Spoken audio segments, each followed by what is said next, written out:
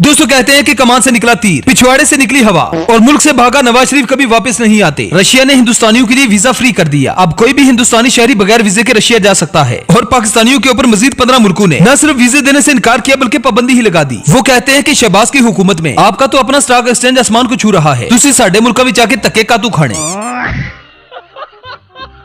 दुनिया में अगर किसी ने भी बिजनेस सीखना हो तो शरीफ और जरदारी खानदान की तारीख को उठा उठा कर देख लें। खास तौर पर गवाल मंडी वालों की। पहले हुकूमत में आके ठीक ठाक पीआईए को तबाह किया, फिर खुद ही उसकी बोली लगवाई। बोली कम से कम लगवाने की कोशिश की गई। 10 अरब की बोली लगवाई गई ताकि इसे खुद ही खरीद सकें। ऐसे सियाने लोगों के बारे में ही सियाने क्या खूब कहते हैं, न हिंग लगे न फटकड़ी रंग भी चोखा आए। पहले हुकूमत का बयानिया था कि पीआईए की कीमत अच्छी नहीं लग रही, इसलिए हम ही इसे खरीदने जा रहे हैं। अगर पीआईए की कीमत अच्छी नहीं लग रही थी तो जहाजों पर कैदी नंबर 804 लिखकर देख लेते, कीमत भी आसमान छूती और तुम्हें भी थोड़ी सी इज्जत मिल जाती।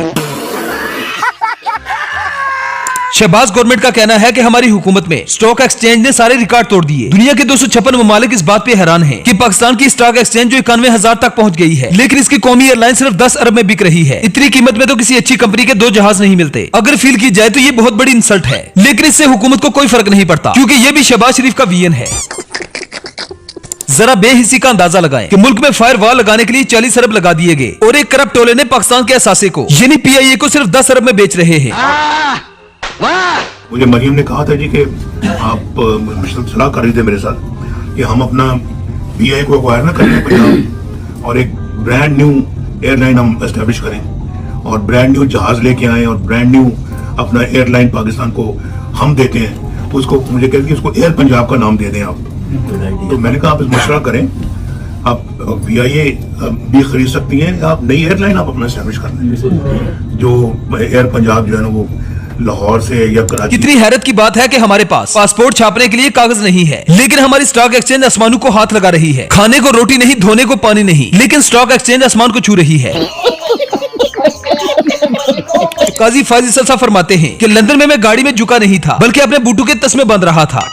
मोहसिन नकवी साहब फरमाते हैं कि जब भी हमारी टीम में से किसी एक को भी जूता या लानत पड़ती है तो ऐसा लगता है कि ये जूता मेरे मुंह पर पड़ा है। मेरा दिल छलनी हो जाता है। अगर किसी के बाप में दम है तो मुझे जूता या लानत भेज कर दिखाओ। जिस पर ओवरसीज पाकिस्तानियों का कहना है कि नकवी साहब की ये ख्वाहिश भी पूरी की जाएगी बशर्ते कि उन्हें लंदन आना पड़ेगा। मुल्क में आटा चीनी दाल सबके लाले पड़े हैं, लेकिन स्टॉक एक्सचेंज को कोई फिक्र नहीं, वो बस आसमान की तरफ दौड़े चली जा रही है।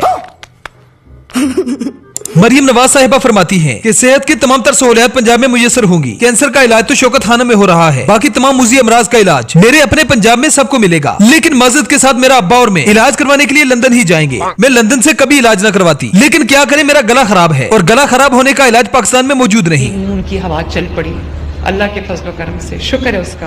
कारकर्दगी में, अवाम की खिदमत में, तरक्की में मुस्लिम लीग नून का पलड़ा कल भी भारी था, आज भी भारी है। लीग नून की हवा चल पड़ी, अल्लाह के फजल करम से शुक्र है उसका। वज़ीर आला पंजाब मरियम नवाज शरीफ आज लंदन रवाना होंगी। मरियम नवाज अपने गले का इलाज करवाने के लिए लंदन जाने को तो तैयार हैं, लेकिन ओवरसीज पाकिस्तानी मरियम नवाज का इस्तकबाल करने को तैयार हैं। ओवरसीज का कहना है कि अब की बार ऐसा इस्तकबाल होगा कि लोग काजी फाइज ईसा को भी भूल जाएंगे। मरियम नवाज गले के इलाज के लिए लंदन जाएंगी, लेकिन मोहतरमा की कनीज़ें तो गला फाड़ फाड़ कर कहती हैं कि केपी से लोग इलाज करने के लिए पंजाब आएंगे। क्या मरियम नवाज के इलाज के लिए कोई ऐसा अस्पताल नहीं है जो मौसूफा के गले का इलाज कर सके? एक कोई अस्पताल बनाया हो तो लगाओ, बताओ। उनके ही लोग केपी के रहने वाले अपने इलाज मुआवजे के लिए पंजाब आते हैं बेशुमार। अपना मुझे मरियम नवाज शरीफ भी बताती हैं कि उनके जो हैं लोग अपने बच्चों को लाके पंजाब के अंदर उनके बच्चों के दिल के ऑपरेशन का वहाँ कोई निजाम ही नहीं है। वज़ीर आला पंजाब मरियम नवाज शरीफ आज लंदन रवाना होंगी। ये क्या है? बिलावल को मर्दाना कमजोरी है, कमजोरी का इलाज करवाने के लिए थोड़े ही दिनों के बाद बिलावल पेरिस रवाना हो जाएंगे। जरदारी का पैर फ्रैक्चर दुबई में इलाज चल रहा है। नवाज शरीफ की क्लच प्लेटों के साथ साथ दिमाग की शरेयानें भी बंद हैं। बाबूजी अपना इलाज अमेरिका से करवा रहे हैं और अब तो मरियम नवाज का गला खराब हो गया है। वो भी हमें यहाँ तड़पता छोड़कर लंदन रवाना होने वाली है। पता नहीं उनके जाने के बाद हमारे मुल्क का क्या बनेगा।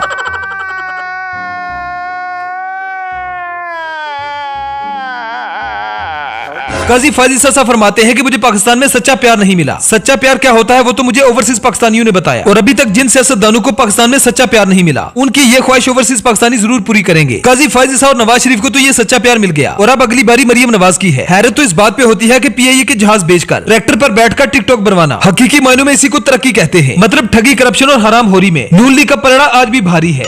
एक तरफ काजी फाजिल साहब के जाने के बाद पाकिस्तानियों ने सुख की सांस ली और काजी के दफा होने के दिन को यौम निजात के तौर पर मनाया गया। इसके बाद नए चीफ जस्टिस या अफरीदी ने शैतान से पनाह मांगी तो शैतान की टांग ही टूट गई। जरदारी को दुबई में जहाज से उतरते हुए मोच आ गई। Sale sale sale PIA for sale. 3 डब्बे तो पीआईए, सुखिया रोटियां तो पीआईए, लैलन दिए जुतियां तो पीआईए। एक भाई बूट पहनकर दुकानदार बन जाता है और दूसरा सूट पहनकर खरीदार बन जाता है। बेटी करोड़ों का मेकअप करके गरीबों के ट्रैक्टर पे चढ़ जाती है। पहले किसानों को किसान माफिया कहा, सिसिलियन माफिया कहा, अब किसानों को गोली देने के लिए मरियम नवाज ने फैसला किया है कि वो भी अब ज़राअत शुरू करने वाली है। समझ तो इस बात की नहीं आती कि लंदन तो क्या इनके पास तो पाकिस्तान में भी कोई प्रॉपर्टी नहीं थी, तो फिर ये ज़राअत कहाँ पे करेंगी। और बहुत जल्द मुझे लगता है कि मैं भी अब ज़राअत शुरू कर दूंगी। रायवंड में है ज़मीन मेरे पास, क्योंकि मैं अब पूरी किसान बन गई हूँ माशाल्लाह। चोर नाले चतर, कैलबरी फॉन्ट और कतरी लेटर वाली थीफ चीफ मिनिस्टर कि लंदन क्या मेरी पाकिस्तान में भी जायदाद नहीं है। आप ये देखें कि इनकी वारदातें पूरी दुनिया में फैली हुई हैं। और बहुत जल्द मुझे लगता है कि मैं भी अब ज़राअत शुरू कर दूंगी। रायवंड में है ज़मीन मेरे पास। वाह दीदी। पाकिस्तानी सियासतदान दुनिया के वो वाहिद सियासतदान हैं जो हर चीज को बेचने पर यकीन रखते हैं। इनका बस चले तो ये अपनी माँ को भी बेच दें। होना तो ये चाहिए था कि ये पीआईए के इदारे को ठीक करते ताकि मुल्क को फायदा हो, लेकिन इनकी जिम्मेदारी पीआईए को ठीक करना नहीं बल्कि पीआईए को बेचना है। पीआईए चलाना मेरे जिम्मे नहीं लगाया गया। मैं ये बात सारे दोस्तों को क्लियर करना चाहता हूँ। मेरे जिम्मे पीआईए को ठीक करना नहीं है। मेरे जिम्मे जो पीआईए जिस तरीके की है, जिस हालत में है, सिर्फ बेचने की जिम्मेदारी है।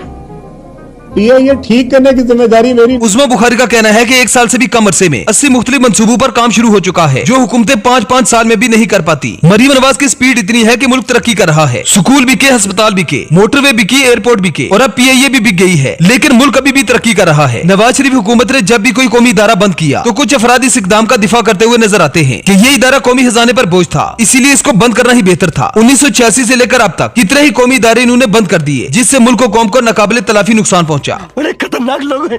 क्या सब क्या देखना पड़ रहा है। अच्छा है मैं अंधा हूँ।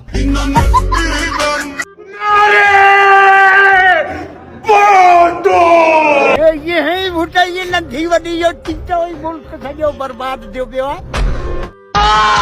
तू भाग जा, मैं कहता हूँ तू भाग अर्जुन। वेल तो दोस्तों ये थी हमारी आज की वीडियो। आई होप आपको पसंद आई होगी। अगर वीडियो पसंद आए तो वीडियो को लाइक कीजिए, शेयर कीजिए और चैनल को सब्सक्राइब करना ना भूलें। तो मिलते हैं नेक्स्ट वीडियो में। Good bye.